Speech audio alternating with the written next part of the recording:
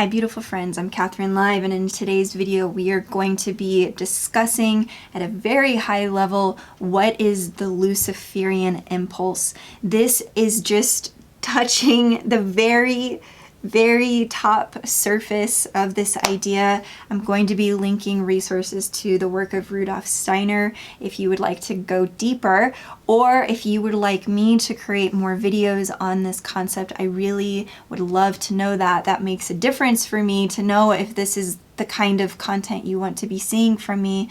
Understanding this Luciferian consciousness, and I have experienced this in my life in such an extreme way that I had to share my story. I had to share the interaction that I've had with other humans who are completely overcome with this consciousness, and that has led me to be completely overcome with this consciousness in my own way. By seeing this, by being able to see it, okay, is the first step. The Luciferian impulse is very much a disembodied impulse. It's living in a very fantasy world.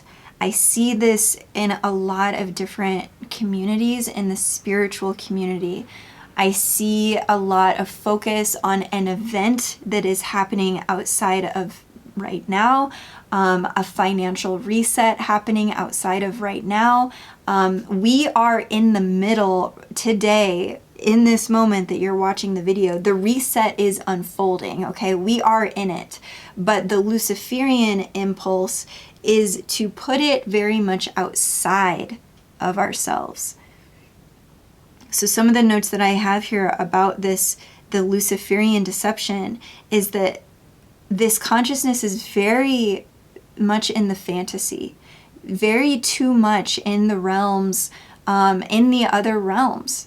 It's too much there, okay, and not anchored into these bodies and really taking full advantage of your physical form. One of the very red flags, I guess you could say, of the Luciferian impulse is thinking that you are a savior to the masses that must be awakened to the divine knowledge that only you have been so privileged to receive, right? I have been up close, personal, backstage passes to this consciousness, okay? It's the consciousness of I cannot be touched or be amongst the muggles, because this is like a very overinflated priestess archetype. This is it's super shadowy. It's a shadow of this whole priestess movement that we're seeing right now, and being very much in this illusion of what spirituality is. Some of the thought forms in this Luciferian consciousness would be like, oh, we have no limitations. We are the gods of this like very God complex consciousness. And really at the core of this Luciferian consciousness is truly a disdain for the sleeping masses, right? It's interesting because in this consciousness, I see and feel like the act is to awaken the masses, right? But there's like a true hatred for those masses, and just a true a real deep pain that is there, actually, because there's a separation, right? There's a feeling of being separate from others, and that manifests very strongly in that Luciferian complex. It's also very infatuated with beauty. So we see this in social media filters, right? That I've used myself, but that's a very Luciferian consciousness. It's really going into to the fantasy. And again, I'm not saying that any of this it's not wrong. Okay, what we're doing in these videos is understanding the extremes of these two polarities, of these two evils, of the two devils, right? And what is our goal? What is the goal of understanding this extreme to this consciousness? Well, it is so that you can find your middle ground, right, between the Luciferian and the Ahriman. You can find that, and you can recognize that this Luciferian consciousness has been a very strong teacher. So when we dive in, I'm gonna refer to my notes here. Rudolf Steiner refers to some of these Luciferic traits as frenzy, hyperactivity, unification, generalization, one language, gnosis, speaking and thinking, qualitative, fantasy, illusion, superstition, spirit-permeated cosmology, eating and drinking without spirituality, unified vision, or like the United Nations, flexibility, airy, the high flight of, is it Icarus? Is that how you, Icarus? I think it's Icarus. So that's this in pagan wisdom. So the story goes of the angel that had these beautiful wings made, right? Of Icarus had these wax wings made and would take flight, right? And he could see his wings gleaming in the sun. And he wanted, and they were sparkling and so beautiful. And he wanted to go further, closer to the sun, so that he could see the beauty, so he could see even more of the brilliance of these beautiful angelic wings that he had, right? And his father said, no, don't go too close. Don't fly too close to the sun.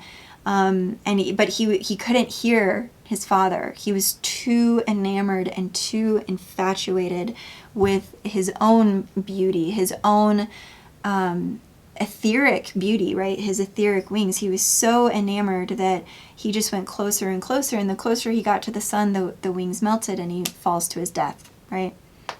What I feel like is so important at this time to mention with this consciousness of Lucifer is that by having the courage to come up face to face, toe to toe with this consciousness, it's interesting because it's not something I can recommend, but I can say from my own lived experience, by fully going into that consciousness myself, what I've come out with is this great humility of what our evolution here is all about, and what it actually means to be in this place of transcending, and you know, and the hero's journey, and what death has meant for me, going through these very personal experiences of death, which I can't even, I share about in my community in the womanhood, but I can't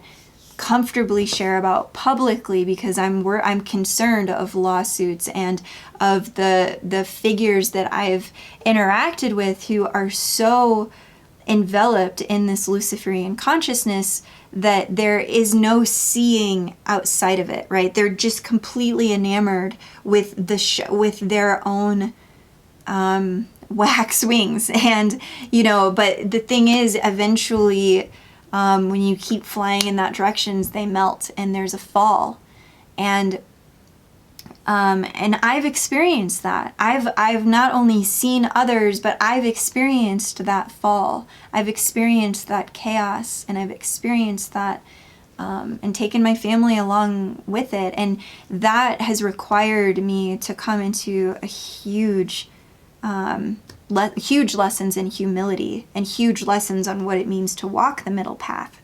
Now, what I want to talk about in the next video is the other extreme, which I've equally dove face first into in my early 20s, the Ahrimanic deception, or the Ahrimanic impulse, right?